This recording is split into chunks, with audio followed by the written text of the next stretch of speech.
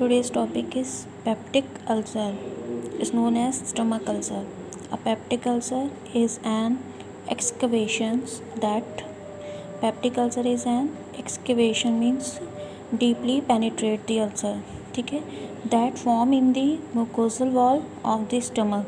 कहाँ फॉर्म हो रहा है? mucosal wall of the stomach में, in the pylorus, in the duodenum और in the esophagus.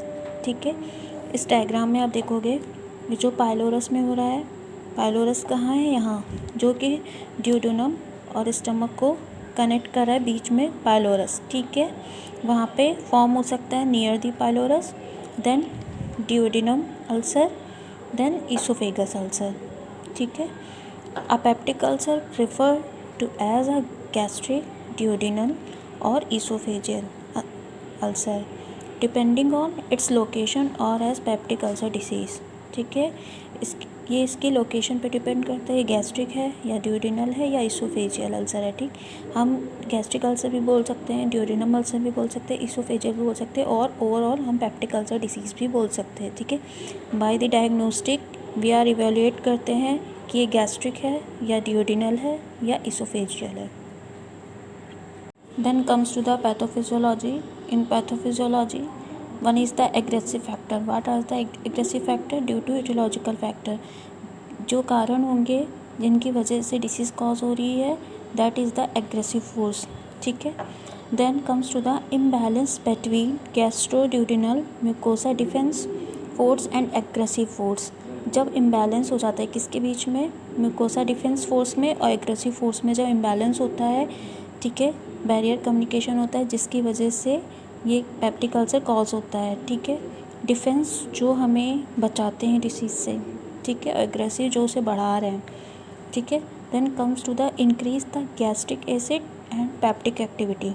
ठीक है, गैस्ट्रिक एसिड जो होता है इंक्रीज होने लगता है और पेप्टिक एक्टिविटी इंक्रीज होने लगती है, जिसकी वजह से इम्पेयर डिफेंस हो जाता है. Empire defence sometime associated with disease. Associated मतलब कुछ डिसीज़ों से मिल के भी ये फॉर्म होता है. क्या है?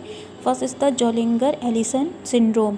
जोलिंगर एलिसन सिंड्रोम में क्या होता है? ट्यूमर फॉर्म्स होने लगते हैं. ठीक है, पैंक्रियास में या upper part of the duodenum में. ठीक है, तो जब ट्यूमर फॉर्म होने लगते हैं तो वो ट्यूमर क्या करता है? वो गैस्ट्रिन को लार्ज अमाउंट में सेक्रेट करने लगता है. ठीक है, जिसकी वजह से क्या होता है? हमारा जो स्टमक होता है, ठीक है, स्टमक क्या होता है? वो भी हाई अमाउंट में एसिड को इंक्रीज़ करने लगता है.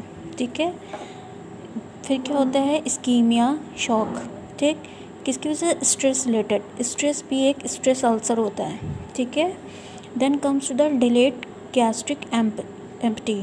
ठीक है, गैस्ट्रिक जो कंटेंट होता है वो एम्प्टी नहीं हो पाता, उसमें देर लगने लगती है, ब्लड सप्लाई नहीं हो रही है.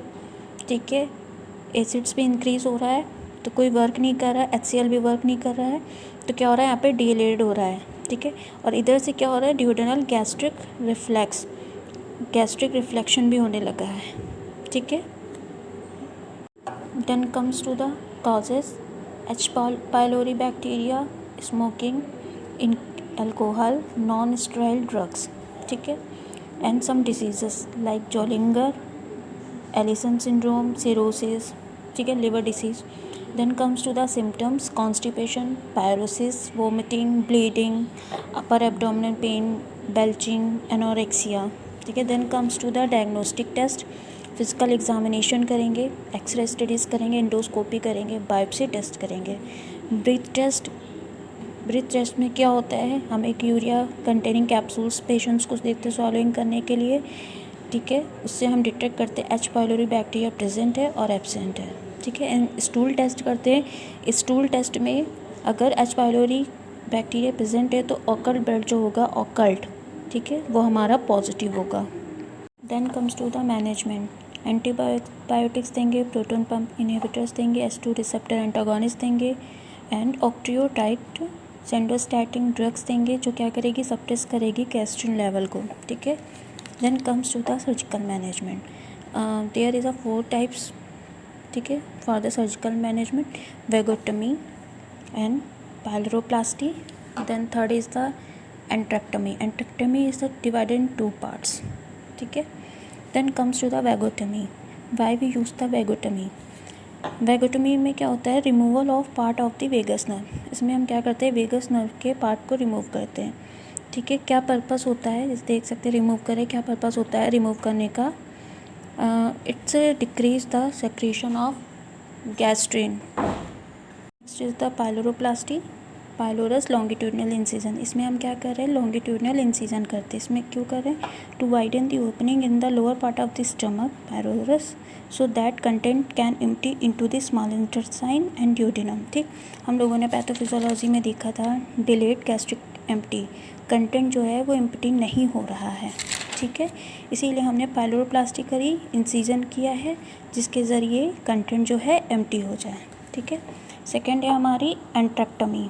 एंट्रेक्टमी को 2 पार्ट्स में किस तरीके से डिवाइड किया है, बिल रोथ फर्स्ट, गैस्ट्रो ड्यूडेनोस्टोमी। ठीक है, ड्यूडेनोस्टोमी है। ठीक है, इसमें क्या हो रहा है, anastomosis between the duodenum and gastric. इसमें क्या कर रहे हैं, हम कट करके पार्शियली, ठीक है, हम ड्यूडेनल एनास्टोमोसिस कर रहे हैं। ठीक है, ड्यूडेनम को ये एनास्टोमोसिस किया है हम लोगों ने यहाँ पे। ठीक है, एनास्टोमोसिस मीन्स क्या होता है, कनेक्ट करना जो स्ट्रक्चर्स को।